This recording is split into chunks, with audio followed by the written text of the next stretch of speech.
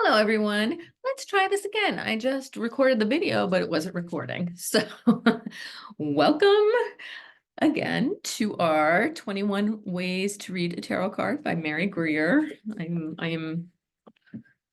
What are we distilling this book down into some basic videos. And so we're on number 3 in this series. And as you will recall, we are working with one particular, you pick a card that you're going to work with for this whole series. My card that I've picked is Death because this is my card for the year, numerologically. And we're just going to use that one card throughout this whole series, whatever card you choose for you. So this time we are talking about emotions in the card. Sorry, my cat is on my desk. All right. So what we're going to do is you take your card that you've chosen and you're going to describe what appear to be the emotions, the attitudes, the feelings in the card, but you're going to describe it in the first person present tense, like as if you are in the card, as if you're having all these feelings. So now, because there are different figures on here, I'm going to pick one. I'm going to pick the child. So I would say I'm in a landscape that feels bleak, and it's a little frightening with this skeleton riding in on a horse and people collapsing around me, but I am not necessarily scared. I'm more curious, and I'm wondering what he's going to do next.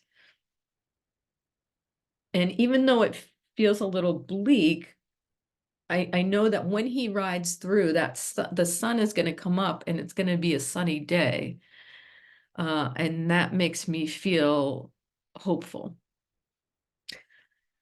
So we've looked at the emotions there. Now, based on what you've said about your card, identify a recent situation in which you and your environment felt like that, had those characteristics. So for me, I was saying like it's a little scary, but there's also like this curiosity factor. And I'm hopeful, right?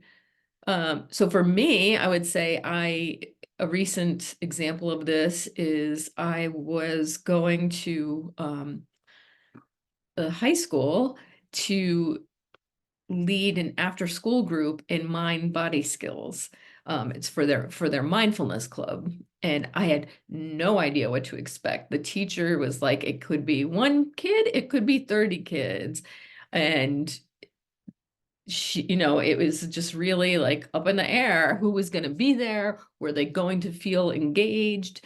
Or were they just there to kill time between after school and sports? So it was scary. It was a little frightening. I had some butterflies, but it was also really, I was just so curious, like, is this going to be receptive? Are they going to be receptive? Is this going to be good for them? Will they be excited or intrigued, or, will they get something out of it? So there's our death card, right? And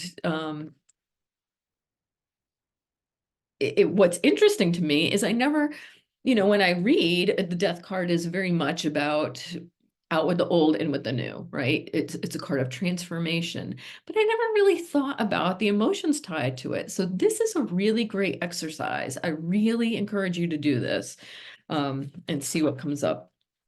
And I'm just going to read a couple of things from this chapter. She's writing about the role of emotions in tarot readings. People get tarot readings to alleviate anxiety, achieve desires, and find meaning through perceived patterns, as already mentioned in the introduction. The process, unless blocked, results in an increase in awareness or consciousness. Emotion is at the heart of these needs and so is central to the very act of reading the cards and interacting with the querent. So I think that's beautiful.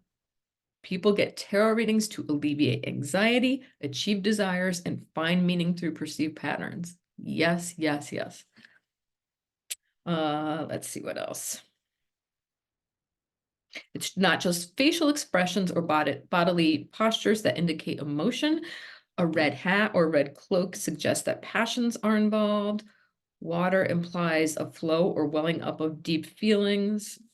So that's a good point. You know, it's not just what, what does the person physically look like, but what are the colors here? What are the symbols? And then she's talking about empathy. Despite infinite variations found across cultures, we can predict with some success that certain stimuli will produce corresponding emotions.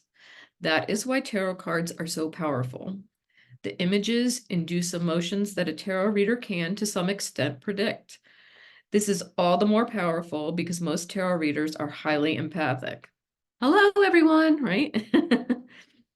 Empathy is your vicarious response to the other person's emotions, allowing you to understand and respond to their unique experiences. So yes, I know, probably I'm thinking all of you would consider yourself empaths. That's the challenge of being a reader, because your heart can easily break for people, right? And you can easily take on their stuff. So again, we need to remember to protect ourselves. I'll talk more about that at another time. And then let's see what else. Emotions are usually associated with only the suit of cups, but any card can trigger emotional responses that are to some extent predictable.